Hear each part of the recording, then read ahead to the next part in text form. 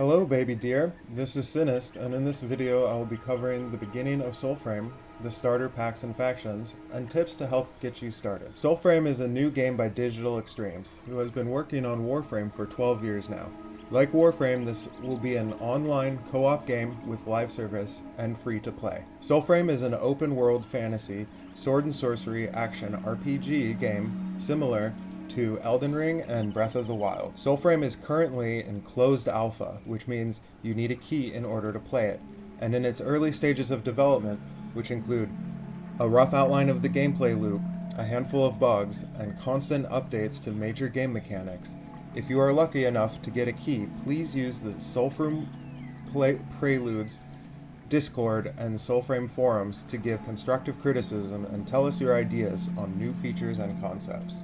You start off the game with an epic cutscene, followed by the ability to choose the appearance of your mother. These choices will affect how your character looks. You are then thrown into the world where you are washed up on shore and greeted by a hungry moose who tries to eat your arm. Your best friend, the pigeon, stops the moose from eating you, and now you can choose your starter pack. This choice also gives you a starter weapon and faction, but more on that later. Courage gives you the Tethrin pack. Tethrin is a warrior tank who starts with a longsword and has abilities that buff damage and defense, with ways to aggro enemies and an AoE stun. Spirit gives you the Iselda pack and a range caster weapon. Iselda is a mage class who has healing totems and the ability to turn enemies to stone and summon swarms of birds that deal damage over time. Grace gives you the Siren pack. Siren is a stealth rogue class who starts with a bow. Siren has smoke bombs, clones that draw aggro, and a stealth mode that allows for backstab and loot stealing. When you first start off the game, you are given little direction, but you have your best friend, the pigeon, to guide you. Press right on the D-pad will summon this bird who will guide you to your next quest. The first quests in the game are designed to give you access to Library Man, Blacksmith, and Rat Girl. These characters set up shop in your hub world, the Nightfold. You can access the Nightfold anytime by pressing the select button.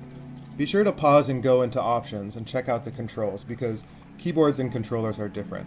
In the Nightfold, you can use your stat points for character stats, packed skill trees, weapon skill trees, and change equipment. In the beginning of the game, you're going to want to focus on getting the NPCs for your Nightfold, mainly the Blacksmith.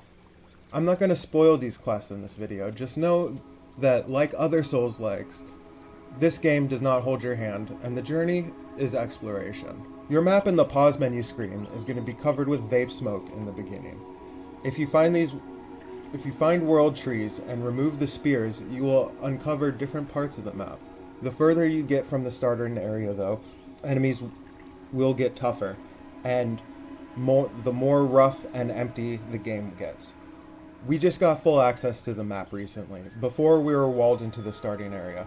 At some point you will get faction quests from your starter faction. These will give you several tasks to complete in an order with a boss at the end. Completing these quests will give you faction XP, which will allow you to rank up your faction and purchase items from their shop, including new gear, packs, and the items needed to join a new faction.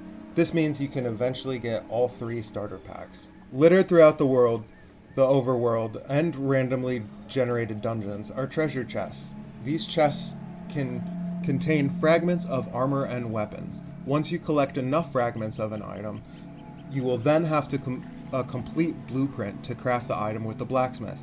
Items are crafted in real time, but you can rush the items or just work on other tasks while the items are brewing. Once you have gotten all the ancestors in your Nightfold and unlocked your map, next you can collect all the weapons and armor in the game.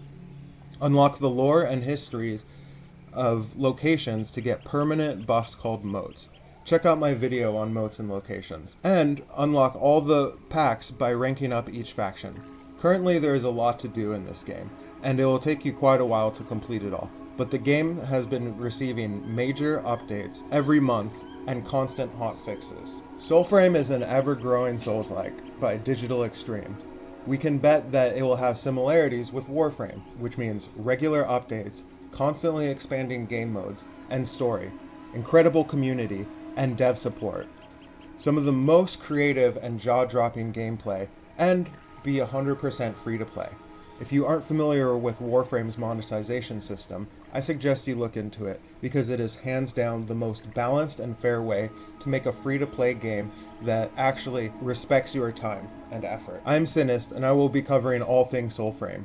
Please like, subscribe, and let me know in the comments which starting class you are choosing. If you want me to cover any Soulframe topics, please reach out and let me know. And check my other videos that detail individual packs and classes. Thank you. I love you.